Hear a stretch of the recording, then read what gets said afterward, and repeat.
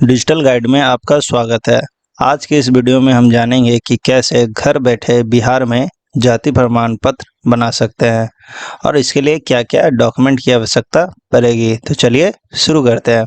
सबसे पहले हमें कुछ डॉक्यूमेंट की ज़रूरत पड़ेगी, जैसे कि एक पासपोर्ट साइज फ़ोटो और एक वैलिड आईडी प्रूफ, जिसमें आप Aadhaar card, PAN card, voter ID card, driving licence इत्यादि यूज कर सकते हैं। अब इसके बाद हम अपने क्रोम ब्राउज़र को ओपन करेंगे और यहाँ सर्च करेंगे आरटीपीएस।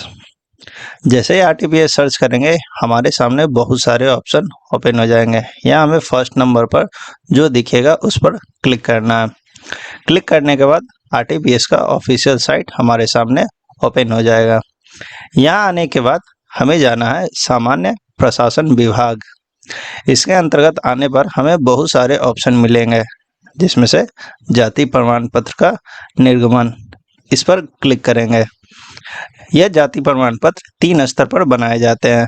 पहला अंचल स्तर, दूसरा अनुमंडल और तीसरा जिला स्तर।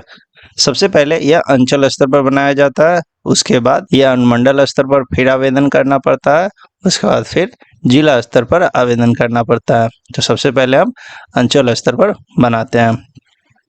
जैसे ही अंचल स्तर पर क्लिक करेंगे, एक न्यू टैब ओपन होगा और हमारे सामने इसका एक फॉर्म ओपन हो जाएगा। इस फॉर्म को अच्छे से भरना है, क्योंकि अगर एक भी गलती हुई तो आपका आवेदन रिजेक्ट कर दिया जाएगा। यहाँ आने के बाद सबसे पहले हमसे पूछा जा रहा है जेंडर।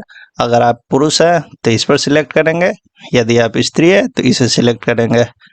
सिलेक्ट करने के बाद यहाँ आपसे पूछा जाएगा अभिवादन, यानी आप अपने नाम के आगे श्री लगाना चाहते हैं या नहीं। तो हम यहाँ चाहते हैं कोई अभिवादन नहीं। इसके बाद यहाँ आवेदक का नाम टाइप करेंगे। जैसे ही हम यहाँ पर इंग्लिश में नाम टाइप करेंगे, उसी का अनुवाद होकर यहाँ हिंदी में चला आएगा। यहाँ अगर आपको लगता है कि किसी प्रकार का गलती है तो आप यहाँ पर भी दोबारा इसे मिटाकर लिख सकते हैं और अपने नाम को सुधार सकते हैं। आवेदक का नाम लिखने के बाद यहाँ हम उसके पिता का नाम लिखेंगे। इसके बाद माता का नाम, अगर वो एक स्त्री है तो उसके हस्बैंड का नाम यहाँ लिख सकते हैं या उसे छोड़ भी सकते हैं। उसके बाद यहाँ हमसे पूछा जाता है आवेदक का मोबाइल संख्या, और इधर है आवेदक का ईमेल आईडी। यह देना बहुत ज़रूरी है, ताकि किसी प्रकार का स्टेटस हो तो आपके मोबाइल नंबर पर वो उसका मैसेज चला जाए, और जब ये बन करके तैयार हो जाएगा तो आपके ईमेल आईडी पर भी भेज दिया जाता है।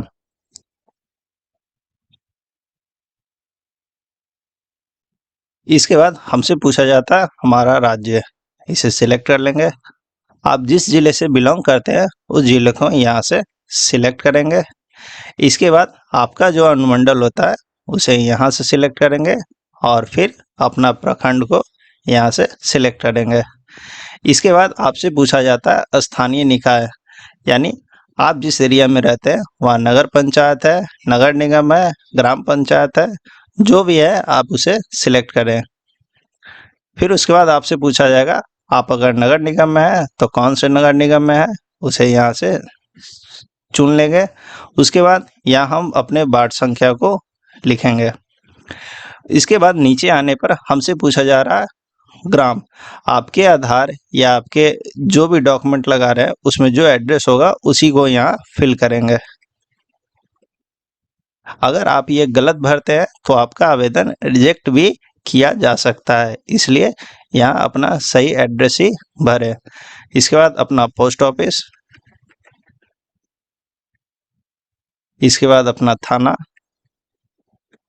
और उसके बाद अपना पिन कोड यहाँ पर फिल करेंगे। इतना कुछ होने के बाद फिर आपसे पूछा जाता है वर्तमान पता। अगर आपका अस्थाई पता और वर्तमान पता सेम है तो यहाँ टिक करें। अगर ये अलग है तो आप नीचे फिर से सारे फॉर्म को भरें। नीचे आने के बाद हमसे यहाँ पूछा जाता है आवेदक का फ़ोटो। नीचे आने के बाद यहाँ पर आवेदक का फ़ोटो चूज करने के लिए बोला जा रहा है, तो इस पर क्लिक करेंगे और अपना जो भी फ़ोटो है उसे यहाँ से सिलेक्ट करेंगे। सिलेक्ट करने के बाद हमसे यहाँ पूछा जा रहा है प्रोफेशन, आप अगर छात्र हैं, सरकारी सेवा में हैं, निजी सेवा में हैं या जो भी है, इसे यहाँ से सिलेक्ट करेंगे। इसके बाद हमसे कैटेगरी पूछा जा रहा है, आप अत्यंत पिछड़ा वर्ग जिसमें भी आते हो उसे यहाँ से चुन लें।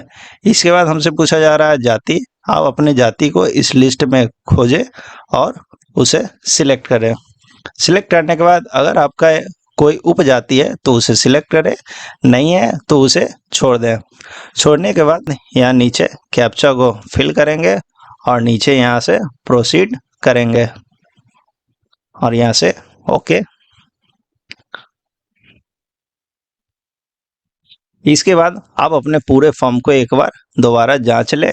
जांचने के बाद यहाँ आगे बढ़ेंगे और करेंगे अटैच एनेक्सर। इसके बाद यहाँ से आपके पास जो भी डॉक्यूमेंट है, जैसे कि आपका आधार कार्ड या ड्राइविंग लाइसेंस या जो भी हो, उसे यहाँ से सिलेक्ट करें।